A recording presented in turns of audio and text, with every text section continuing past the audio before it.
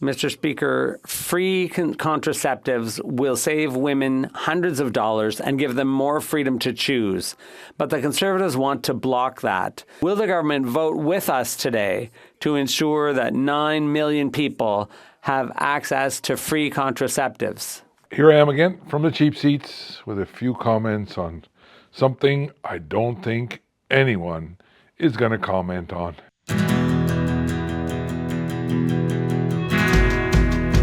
It's a question of freedom for women all across this country. Freedom. A matter of freedom. This government will stop at nothing to redefine terms. It takes words that we've always been used to and redefines them. Think about it. So will the government support us in stopping the Conservatives from denying 9 million Canadians free birth control? Hear, hear, hear, hear. The Honourable Minister of Health. At least the Conservatives are blocking this. I don't know what else they're doing. And in many ways, blocking it doesn't solve the problem. They need to speak out against it. Maybe even learn, maybe even relearn what the role of government is. This is becoming more than a clown show. Let me state it clearly and unequivocally. Every woman in this country, every part of this country, must have access to the oral contraceptives that she needs to have control over her reproductive future. You really need to think about this. You see those guys in there thinking about it? It's bizarre. Here we've got guys talking about a woman's reproductive system. Just any guy. There's nothing sacred anymore. Nothing. There's nothing sacred anymore. I have spent my entire life, as you have, fighting for the good in this world. And for you to accuse a good person of not caring about human life, shame on you.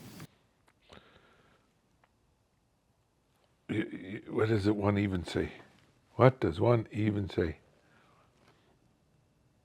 Any party that stands in the way of that is standing in the way of basic freedom for women in this country to have freedom and autonomy over their body. I will say to the Conservative Party of Canada, stop blocking this so that women can get the reproductive aids they need to have control over their reproductive futures.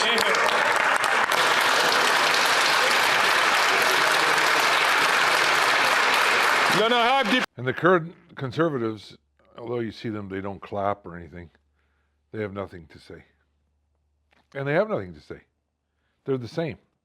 They're basically the same. Blocking something doesn't mean that you're against it or that you would speak out for it, or it just means I don't want to deal with it. They're not much different. And then you get the Minister of Justice speaking. They will stop at nothing. And I will state that our government will stop at nothing to ensure that Canadians' charter-guaranteed rights and freedoms are protected.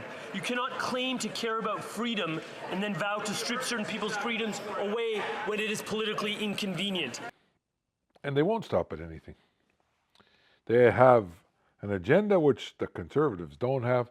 The Conservatives really don't have anything. They don't really know. The Conservatives really don't know what they want.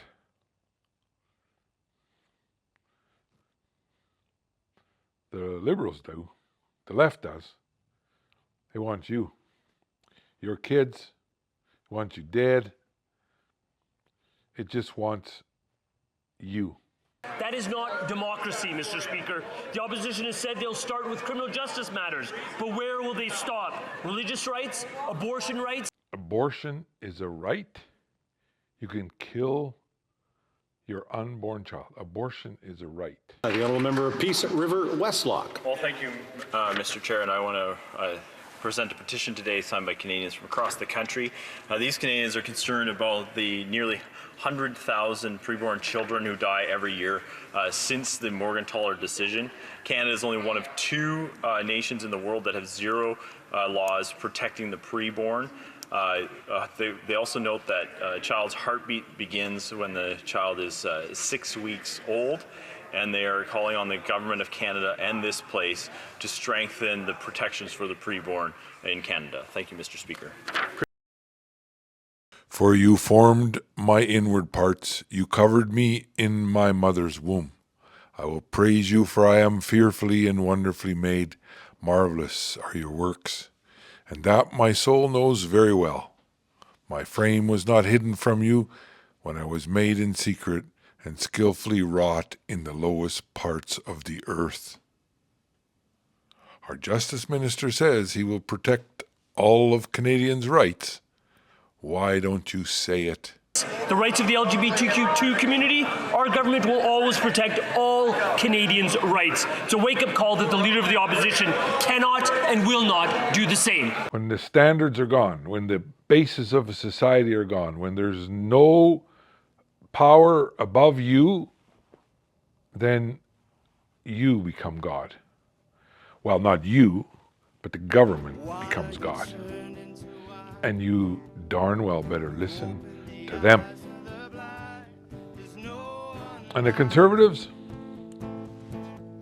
there's many of them that talk about God, and they even attend prayer breakfasts. It is truly an honor to be able to start things off here at the 59th Annual National Prayer Breakfast. My name is Damien Currick. I am a Member of Parliament from rural Alberta and part of the National Prayer Breakfast Organizing Committee.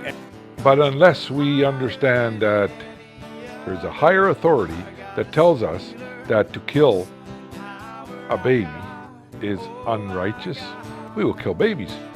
That's what governments do. Governments carry the sword, according to the Bible, and because they carry the sword, they will kill. They hate you, and they will kill. Out of the ashes we rise. There's no one like you, not like you, God, none like you. Oh, I got us greater, I got us stronger, got you. The reproductive rights of a woman, they don't want children. Well, they want yours. They don't want them. They lie, but you do not understand what a lie is unless you have a standard which is above you that defines what a lie is. And no Justice Minister, no Canadian government is going to define anything in a way that sees you as created in the image of God. Never stop, I got it stronger, got you higher than any other. I got a healer, awesome power, I got. Boys, we're in trouble. That's feeling a little bit like church in here this morning. I went to a breakfast and church broke out. That's all right. That's all good. Thank you, Richard Paul, for blessing us with that song today. And the fruit of this sexual liberation, so-called, is that we want to do what we want to do. The fruit of this sexual liberation, Ezekiel describes in detail in this text. Maybe you noticed it. Specifically, it describes women who cut off their own breasts and women who kill their own babies. That's what it said. That's what Ezekiel said. Hundreds of years ago, thousands of years ago, the prophet said, this is what you get. When you demand to live without God, apart from God, what will you get? Women will cut off their own breasts and they'll murder their own babies. And then they'll go to church. That's what it said. On the same day, they'll do these things, these madness, this repulsive rebellion, and then they'll go to church.